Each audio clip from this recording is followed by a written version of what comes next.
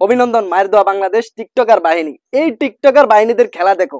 যেই ইন্ডিয়াকে আমরা সচক্ষে দেখতে পারি না, তাদের খেলা আমাদের পছন্দ না, কোনো দিকেই তাদেরকে আমরা দেখতে পারি না, কিন্তু সেই ইন্ডিয়াকে আমরা সাপোর্ট করছি। অস্ট্রেলিয়ার সাথে ম্যাচ, যে ইন্ডিয়া আমাদেরকে একটা সমীকরণ তৈরি করে দিছে, এই সমীকরণটায় বাংলাদেশের জিতার পার্সেন্ট ছিল 80%, কিন্তু বাংলাদেশ এই সমীকরণে ম্যাচ ঘায়েল করতে পারে না।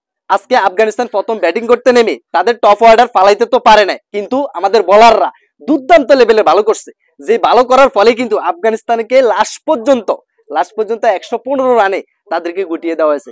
রহমতুল্লাহ গুরবাজ, যে কিনা স্ট্রাইক রেট থাকে কঠিন লেভেলের, তাকে কিন্তু কঠিন লেভেলের খেলা দিয়ে ভালো কোনো স্ট্রাইক রেট করতে পারে না।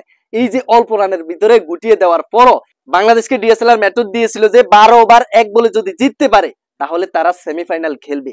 ভাই, এর থেকে সুযোগ আর কি হয়? 115 রান তারা 12 ওভার 1 বলে নিবে।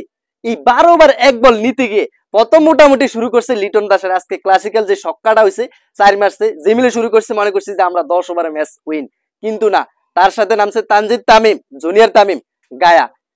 ভাই, এই যে অন্তত আজকে এই যে এক একটা ম্যান যদি তোমরা 11 রান করে নিতা, এক ওভার যদি 11 রান করে নিতা, তাহলে কিন্তু আমাদের ম্যাচ উইন। এই যে পরপর এসে গায়া আমাদের সাকিব আল হাসান আইসেই কামাল দিয়ে দিছে, উইকেটটা দিয়ে গেছি।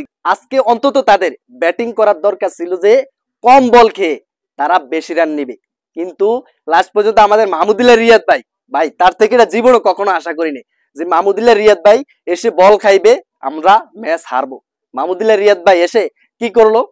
যেই টাইমে আমাদের প্রয়োজন শুধু ছক্কা মারা, প্রতি বলে বলে ছক্কা মারা, মাহমুদুল্লাহ রিয়াদ ভাই এসে ঠাকায়। ভাই, এটা কোনো কথা? হয়তো ম্যাচ আমরা 12 ওভার 1 বলে জিতমু, না হলে ম্যাচ হেরে যাবো, পয়েন্ট হচ্ছে এটা, আর না হলে আফগানিস্তান জিতে যাবে। কিন্তু আমাদের প্লেয়াররা প্রথমে মোটামুটি মনে করছে যে জিতবো 12 ওভার 1 বলে, এরপরে 2-3 ওভার যাওয়ার পরে তারা তো মনে করছে যে না, আমরা তো মতো আর 12 ওভার 1 বলে জিতুম না, এরপরে 20 ওভারে জিতমু, সেটা মনে করে তারা ব্যাটিং করতেছে। এই যে আমাদের মাহমুদুল্লাহ রিয়াদ ভাই বলগুলা খায়, 9টা বল খাইছে, 9টা বল খেয়ে তিনি আউট হয়ে গেছে। এরপরে লাস্ট পর্যন্ত আমাদের লিটন কুমার দাস ওপেনিং থেকে তিনি যে মিলে শুরু করছিল, মাঝপথে তিনি বল খাই ম্যাচটারে গায়ে করে দিছে।